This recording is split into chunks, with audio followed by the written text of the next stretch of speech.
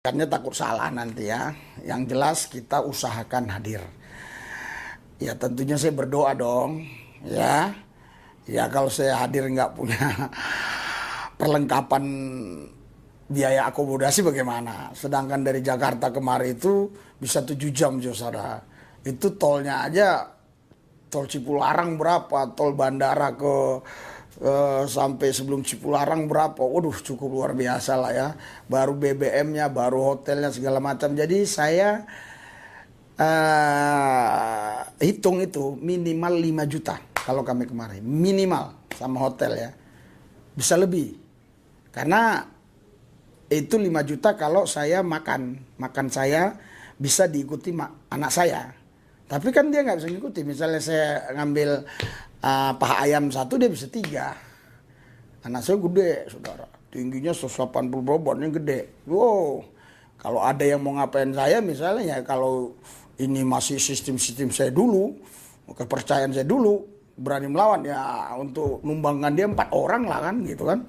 Iya, itu pun belum tentu tumbang badannya begitu ya kan. Jadi ya wajar makannya begitu. Misalnya saya nasi nambah di warung Padang gitu 2 kali, dia bisa 3 kali 4 kali. Jadi cukup banyak lah dana biaya yang kami perlukan. Ya, ini belum lagi ya kalau Anda mau dukung Pak MKC lewat Ibu Warma itu. Ada nomor rekeningnya di bawah. Tapi jangan lupa juga dukung saya. Kalau saya nggak kemari, siapa yang upload? Nomor rekeningnya di bawah. Tapi jangan lupa juga dukung saya. Kalau saya nggak kemari, siapa yang upload? Jadi cukup banyak lah dana biaya yang kami perlukan. Jadi cukup banyak lah dana biaya yang kami perlukan. Tapi jangan lupa juga dukung saya. Kalau saya nggak kemari, siapa yang upload? Siapa yang...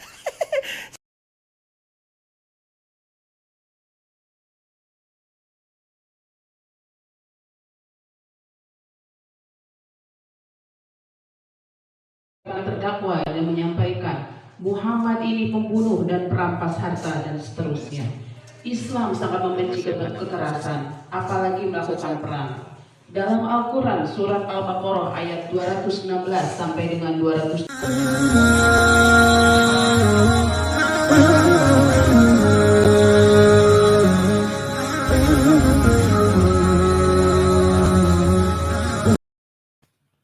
Assalamualaikum warahmatullahi wabarakatuh. Jumpa lagi dengan Hidayah Mualaf Channel ya. Salah ya. Kita lagi menggunakan perisai Islam. Aduh, ini masih susah menghilangkan kebiasaan-kebiasaan lama, terutama dari slogan. Saking banyaknya channel jadi pusing sekarang ya. Dan di kesempatan kali ini kita akan membahas tentang informasi hoax. Jadi kemarin beredar informasi hoax tentang bahwa menara masjid yang ada di Tasikmalaya ya. Masjid Agung yang ada di Tasikmalaya, di mana menaranya itu rubuh pada tanggal 28 Februari kemarin. Dan itu dikabarkan oleh Risuli Lubis bahwa menara itu rubuh setelah jaksa menuntut KC 10 tahun. Bahkan saya juga sudah membuat video bantahannya. Jadi saya sudah buat video bantahannya dengan judul Imbas dari Jaksa Tuntut KC 10 tahun penjara. Bagi teman-teman yang belum nonton, mungkin silakan nonton dulu biar agak ngerti ya alur cerita dari diskusi kita atau pembicaraan kita hari ini. Jadi ini dimulai dari Risuli Lubis ya, membuat setelah jaksa menuntut Muhammad KC 10 tahun, maka menara yang ada di masjid Tasikmalaya, kota Tasikmalaya ini menjadi roboh ya, dia katakan. Setelah jaksa menuntut Muhammad KC 10 tahun, Masjid Agung Tasik rubuh. Ya, dia nggak nulis ini cuma menara, tapi ditulisnya Masjid Agungnya yang rubuh. Luar biasa sekali tuduhan yang dibuat oleh si Bisul Lubis ini. Setiap pemilik usaha. Ya, teman-teman bisa lihat bagaimana upaya-upaya jahat, framing-framing jahat yang dilakukan oleh para oten ini agar menipu, agar membuat para oten-oten senang. Ya, dikatakan bahwa masjidnya roboh gitu. Padahal yang roboh itu cuman menaranya. Dan saya sudah buat sanggahannya di video ini. Ya, akibat jaksa tuntut KC 10 tahun, menara masjid di Tasik roboh. roh titik-titik mengamuk ya. Roh apa ini yang lagi mengamuk? Apakah benar rohnya mengamuk? Silakan teman-teman nonton. Jadi di sini saya ingin katakan bahwa apa yang dibuat oleh Risuli Lubis itu tidak lebih daripada hoax. Di sini saya ingin mengatakan kebenarannya. Ya, jadi apa fakta kebenaran yang kita temukan setelah KC dituntut 10 tahun oleh jaksa? Apa yang bisa kita lihat, apa yang bisa kita tangkap dari hasil KC di penjara? Dari pertama kali KC di penjara sampai sekarang, kira-kira faktanya itu apa? Jadi yang benar itu, ya, yang benar ini ya, bukan hoax seperti yang ditulis oleh Risuli Lubis, tapi yang benar-benar real terjadi adalah, ya, yang terjadi adalah banyak YouTuber, baik Kristen maupun Islam, mendapatkan konten. Itu yang pasti. Bukan hanya Kristen, tetapi Islam juga dapat. Salah satunya saya, harus saya akui. Ada beberapa konten-konten saya yang membahas KC, itu lumayan banyak yang nonton, dan saya mendapatkan lumayan banyak ide dan juga beberapa video. Ya, ada beberapa konten saya yang membahas KC. Artinya, baik Kristen maupun Islam mendapatkan konten berkat KC masuk penjara. Begitu juga dengan teman-teman Muslim lainnya yang mungkin para penonton bisa lihat. Banyak juga teman-teman Muslim yang membuat konten membahas si KC alias Kuclu ini. Bagaimana dengan Kristen? Wah, Kristen lebih agresif. Kristen juga nggak mungkin mau kalah dong, apalagi bahas KC gitu kan. Ini kan tempat framing yang sangat bagus.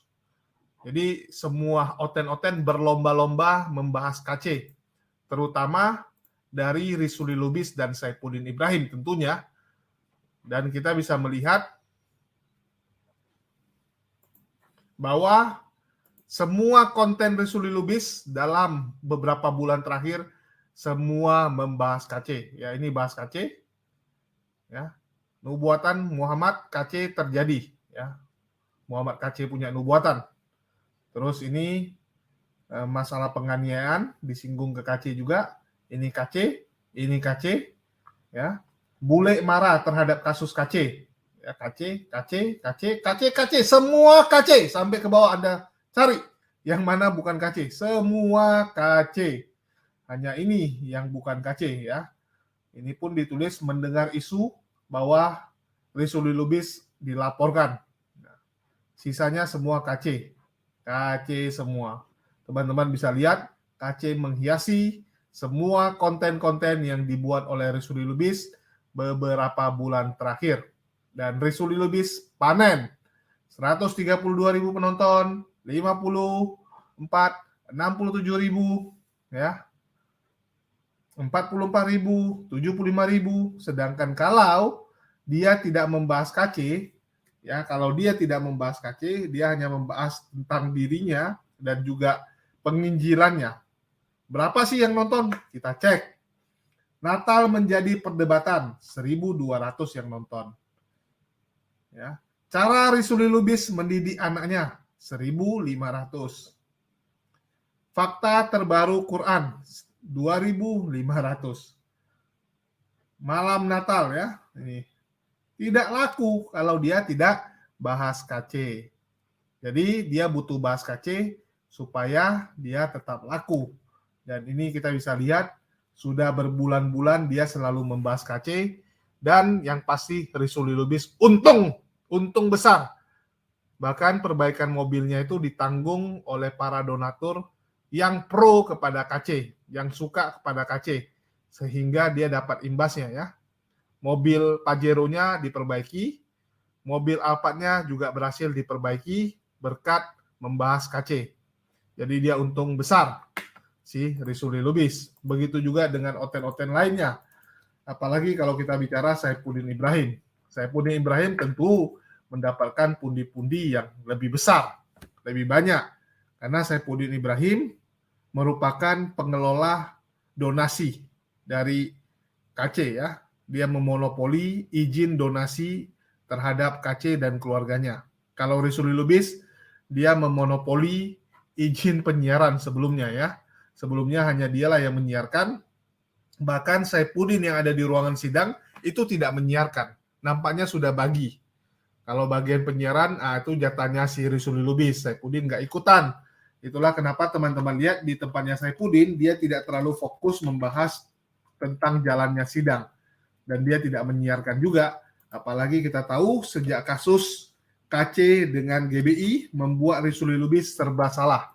Posisi Saifuddin serba salah ya, mau bela yang mana. Nanti kalau dia bela KC, dia melawan GBI, izin dia bisa dicabut. Izin dari gereja Murtadongnya yang numpang ke GBI bisa dicabut. Jadi dia takut. Ya. Dan Saifuddin juga sudah menikmatinya, ini sedang ke Jepang dia. Di kondisi Covid ini dia sedang berlibur ke Jepang. Ya. Terima kasih buat KC yang sudah berkorban, sudah mau menjadi konten-konten bagi Saifuddin dan juga membuat rekeningnya banyak yang transfer. Itu fakta yang sebenarnya. Jadi fakta bahwa ada masjid yang roboh karena KC, enggak. Gitu. Terus apakah Indonesia terjadi bencana alam karena KC? Ya pasti enggak juga gitu. Ini kan konyol. Ya bahkan ada beberapa teman-teman yang komen, ya mungkin Allah yang marah malah. Allah marah, kenapa tuntutan KC cuma 10 tahun gitu. Kalau mau dibalik kan bisa juga. Bagi teman-teman Oten ya jangan kalian cocokmologi suka-suka pantat kalian saja. Kalau kami mau cocokmologi ya bisa juga. Ini teguran, harusnya KC divonis atau dituntut 50 tahun. Kenapa cuma 10 tahun? Allah marah sehingga membuat ya bencana gitu. Kan bisa aja kalau mau cocoklogi gitu. Tapi yang pasti ya kita lihat yang sudah terjadi saja gitu.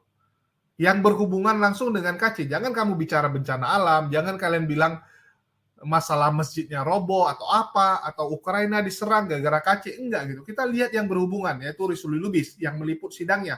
Makin kaya, mobilnya berhasil diperbaiki. Itu fakta. Bisa kalian bantah nggak? Nggak bisa. Anaknya bisa makan 5 kali sekali. Dalam sekali makan bisa makan 5 nasi, 5 ayam sekaligus. Berkat siapa? Berkat KC.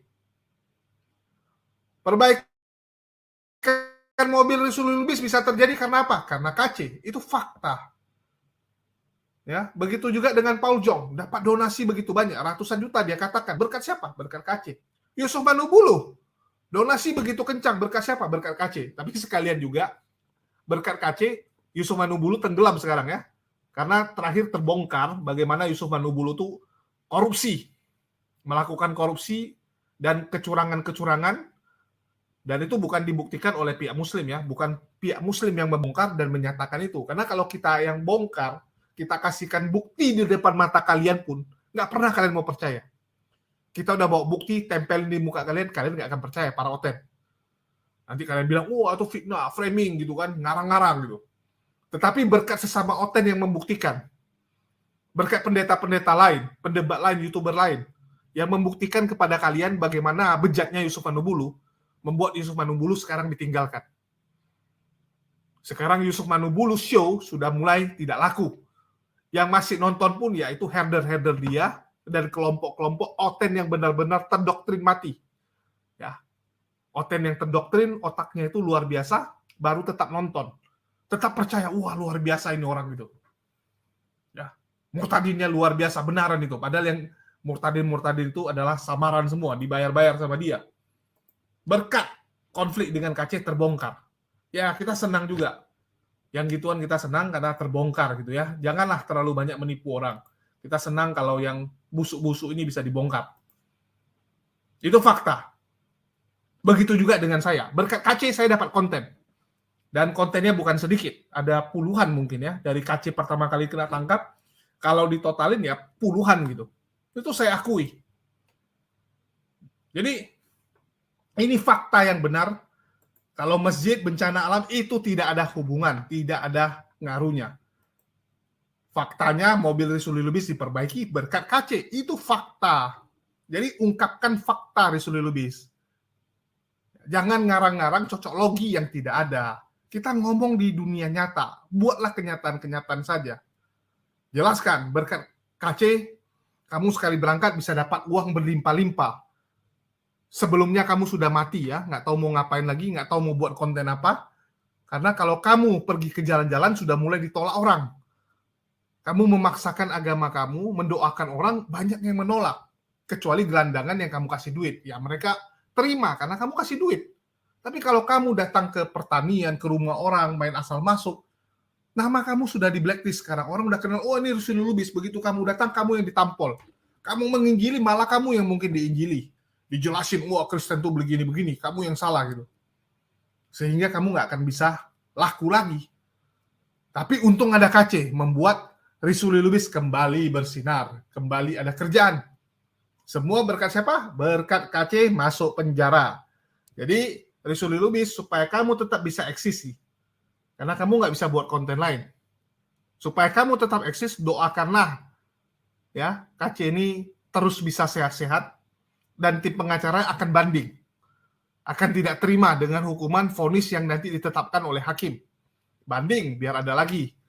Ya, biar ada lagi syuting-syuting, biar ada lagi konten-konten, dan kita bisa ketemu. Dan kita bisa ketemu gitu kan. Mana tahu ini akan berlanjut terus, dan saya sudah pindah gitu kan. Saya sudah pindah ke Jakarta. Nanti saya akan datang. Ya. Saya akan datang, kita akan ketemu. Tapi saya nggak akan ajak kamu debat. Karena kalau saya ajak kamu debat, kamu akan lari.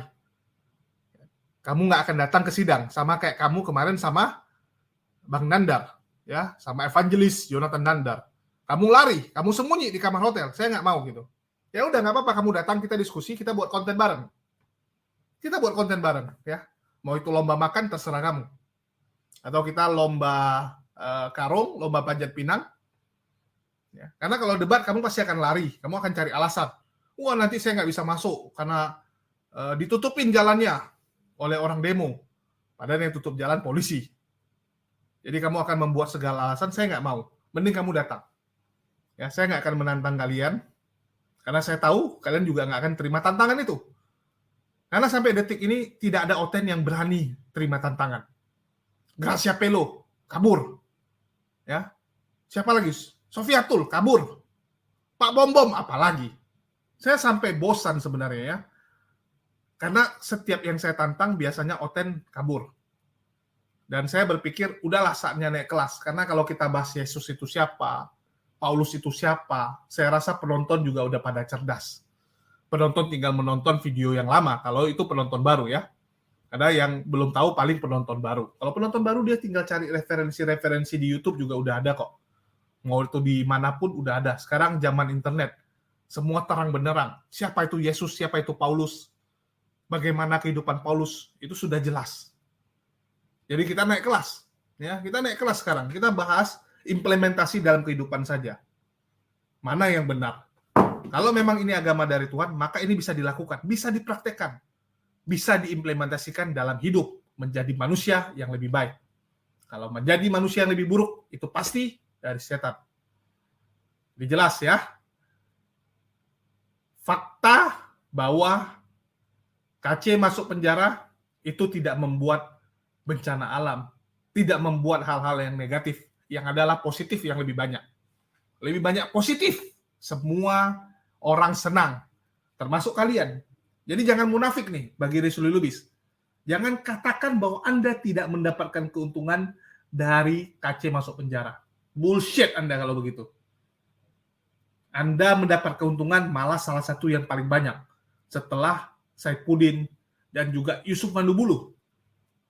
Anda mendapatkan lumayan banyak. Karena konten Anda, kita sudah buka betapa banyak konten Anda membahas KC. Ya. Jadi jelas sekali.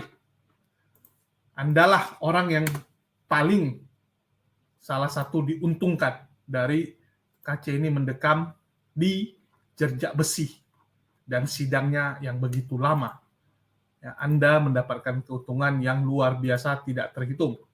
Anda bisa lihat sudah berapa bulan Anda membahas KC, dari yang cuman dia pingsan, ngomong sama jaksanya, ngomong sama pengacaranya, itu semua Anda videokan.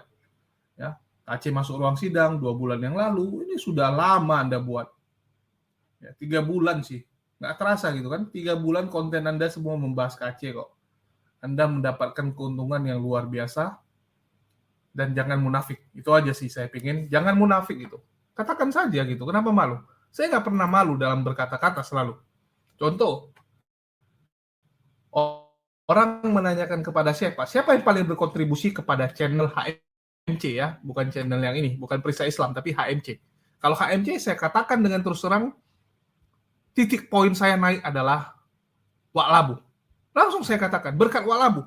Berkat saya menghajar Wak Labu, saya mempermalukan Wak Labu, ya, Wak Labu Rudi Yohanes, sang debitur, saya naik. Berikutnya Lugah yang menjadi tumbal saya.